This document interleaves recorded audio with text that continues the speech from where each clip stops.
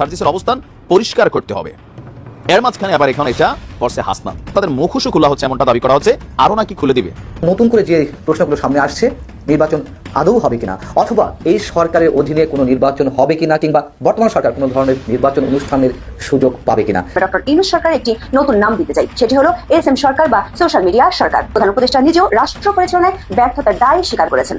আসসালামু আলাইকুম প্রিয় দর্শক, গুরুত্বপূর্ণ ভিডিওতে আপনাকে স্বাগতম। দর্শক, আজকের এই ভিডিওতে বেশ কয়েকটি গুরুত্বপূর্ণ ভিডিও ফুটেজ নিয়ে হাজির হয়েছি। এমনকি দর্শক, আজকের ভিডিওর শুরুটা দেখেই বুঝতে পেরেছেন আজকের নিউজটা কতটা গুরুত্বপূর্ণ হতে চলেছে। এমনকি দর্শক, আজকের নিউজে কি ধরনের ভিডিওগুলো আপনারা দেখতে চলেছেন। তো দর্শক, যারা এই ভিডিওটি প্লে করেছেন তাদের উদ্দেশ্যেই বলবো, না টেনে সম্পূর্ণ ভিডিওটি মনোযোগ সহকারে দেখবেন, তাহলে এই বিস্তারিত বিষয়গুলো আপনারা বুঝতে পারবেন। তো দর্শক, আসুন আমরা আর কথা না বাড়িয়ে আমরা মূল ভিডিওটি দেখে আসি। তার আগে আমার চ্যানেলে নতুন হলে চ্যানেলটিকে সাবস্ক্রাইব করে রাখবেন পরবর্তী ভিডিওর আপডেট পাওয়ার জন্য। এমনকি দর্শক, একটি লাইক দিয়ে দেখতে থাকুন সম্পূর্ণ ভিডিওটি। নির্বাচন কবে হবে, এই প্রশ্নটি অনেক চর্বিত চর্বণ অসংখ্যবার উচ্চারিত হয়েছে।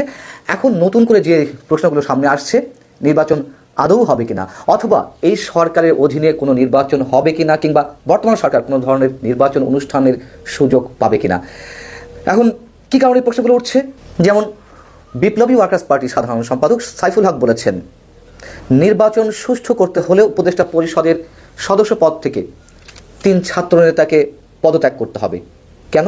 যেহেতু রাজকীয় দল একটি আসছে, ছাত্রদের মধ্য থেকে যে দলের আত্মপ্রকাশ হতে যাচ্ছে, তার পেছন থেকে সব ধরনের কলকাঠি নাড়া হচ্ছে সরকারের মধ্য থেকে, এমন অভিযোগ তো রয়েছেই। আর সেই কলকাঠি নাড়ার মূল চাবিকাঠি হচ্ছে ছাত্রদের মধ্য থেকে যে 3 জন উপদেষ্টা হিসেবে রয়েছেন তাদের হাতে। আমি সে বিষয়ে পরে আসছি। সাইফুল হক বলেছেন, রাজনৈতিক দল করতে চাইলে ছাত্র প্রতিনিধিদের সরকার থেকে পদত্যাগ করতে হবে, নচেত নির্বাচনের নিরপেক্ষতা নিয়ে প্রশ্ন উঠবে। খুবই স্বাভাবিক। সাংবাদিক নুরুল হক, নিউ এজের সম্পাদক, তিনিও প্রধান উপদেষ্টার একটি সাক্ষাৎকার নিয়েছেন।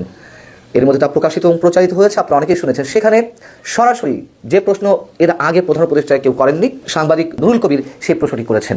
তিনি বলেছেন যে ক্ষমতার রাজনীতিতে এই মুহূর্তে তারা প্রায়োরিটি দিচ্ছেন নিজস্ব সংগঠন তৈরি করতে। ছাত্রদের উদ্দেশ্য বলেছেন, ছাত্র উপদেষ্টাদের উদ্দেশ্য বলেছেন। এই কারণে অন্যরা মনে করে শুধু অন্য একটি গ্রুপকে সময় দিতে নির্বাচন পিছিয়ে দেওয়া হচ্ছে। আপনি সেটার মধ্যে কোনো সমস্যা দেখেন কিনা? প্রধান উপদেষ্টা সমস্যা দেখেন কি দেখেন না, সেই প্রশ্ন উত্তর দিয়েছেন, তিনি কোনো ধরনের সমস্যা দেখেন না। এখন প্রশ্ন হচ্ছে যে ছাত্র প্রতিনিধিদের যে 3 জন উপদেষ্টা পরিষদ রয়েছে, তাদের কার্যক্রম সম্বন্ধে আমরা জানি। তারা সরাসরি নতুন দলের পক্ষে কাজ করছেন, ওপেন সেই দলের পক্ষে কথা বলছেন। তথ্য সম্প্রচার উপদেষ্টা নাহিদ ইসলাম, তিনি তো একাধিকবার বলেছেন যে রাজনৈতিক দলগুলো সরকারকে ব্যর্থ করার চেষ্টা করছে। এই মন্তব্যের পাশাপাশি তিনি বলেছেন, নতুন যে রাজনৈতিক দল আত্মপ্রকাশ করতে যাচ্ছে, সেটিকে অন্য রাজনৈতিক দলগুলো গ্রহণ করতে পারছে না, সহ্য করতে পারছে না। আরও অনেক কিছু বলেছেন। স্থানীয় সরকার বিষয়ক উপদেষ্টা আসিফ মাহমুদ, তার নানান কর্মকাণ্ডের মধ্যে বিতর্কিত হয়েছে। তিনি যে বিলাসী জীবনযাপন করেন, তিনি হেলিকপ্টার উপদেষ্টা হিসেবে পরিচিতি পেয়েছেন। হেলিকপ্টার ছাড়া তিনি চড়তে পারেন না, অন্য জেলায় যেতে পারেন না। 6 দিনে তিনি 22 বার কিংবা 28 বার হেলিকপ্টার ব্যবহার করেছেন। তিনি নিজেও স্বীকার করেছেন, না এতবার নয়, আমি 4 দিনে 6 বার, 2 দিনে 6 বার হেলিকপ্টার ব্যবহার করেছি। যাই হোক, সেগুলো অন্য প্রসঙ্গ। এই যে আসিফ মাহমুদ, তিনি কেন স্থানীয় সরকার মন্ত্রণালয়ের দায়িত্ব পেলেন? তিনি ছিলেন যুবকরা এবং শ্রম কর্মসংস্থান মন্ত্রণালয়ের দায়িত্ব। প্রথমে তো বলা হয়েছে কি জন্য তাকে স্থানীয় সরকার মন্ত্রণালয়ে বসানো হয়েছে, তিনিও বা কেন এই মন্ত্রণালয়টি বেছে নিয়েছেন। এবং মাঝে দাবি উঠেছিল যে স্থানীয় সরকার নির্বাচন আগে করতে হবে, তাদের প্রতিনিধি যারা থাকবে, ছাত্র সমন্বয়ক যারা থাকবে, তাদেরকে নির্বাচিত করে এনে শক্তিশালী করা হবে, সরকারের হাতকে শক্তিশালী করা, মানে তাদের হাতকে শক্তিশালী করা, তারপর জাতীয় নির্বাচন। যাই হোক, সেটি নিয়ে এখনো বিতর্কের মধ্যে রয়েছে। এই আসিফ মাহমুদ, তিনি হেলিকপ্টারে চড়ে বিভিন্ন জেলা সফর করছেন, উপজেলা সফর করছেন এবং সরকারের কোষাগার থেকে অর্থ নিয়ে তা বরাদ্দ দিচ্ছেন বিভিন্ন এলাকার উন্নয়নের। নাম হচ্ছে কি, যে ছাত্র প্রতিনিধিরা বরাদ্দ দিচ্ছেন। এমন একটি বিষয় বা এমন একটি চিত্র তুলে ধরার জন্যই এই কাজগুলো করা হচ্ছে।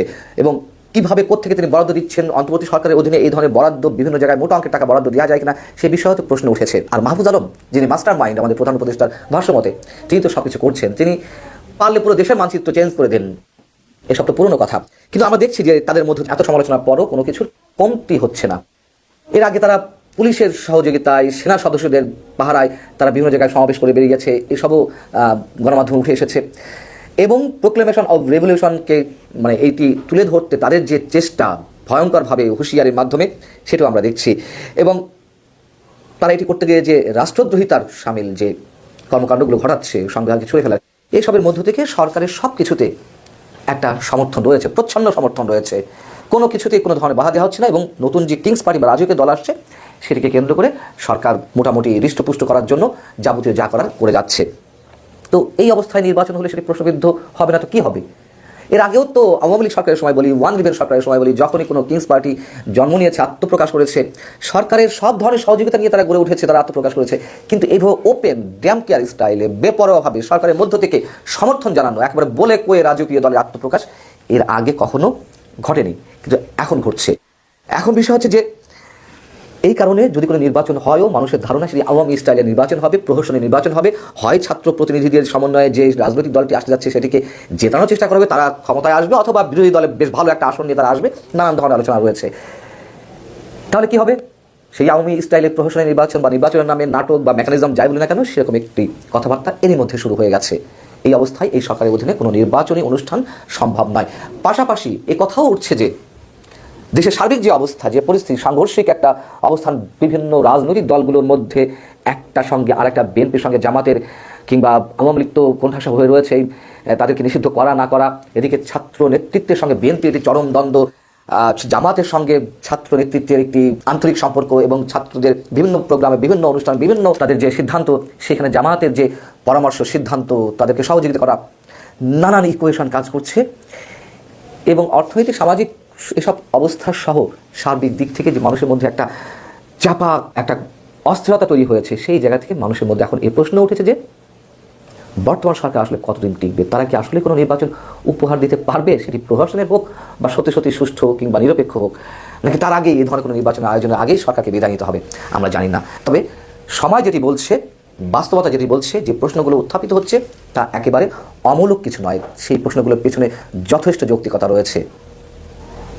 এবং যা কিছু হতে যাচ্ছে আমরা হয়তো খুব অল্প দিনের মধ্যেই সেগুলো বহিঃপ্রকাশ দেখতে পারবো, খুব বেশি দিন হয়তো অপেক্ষা করতে হবে না।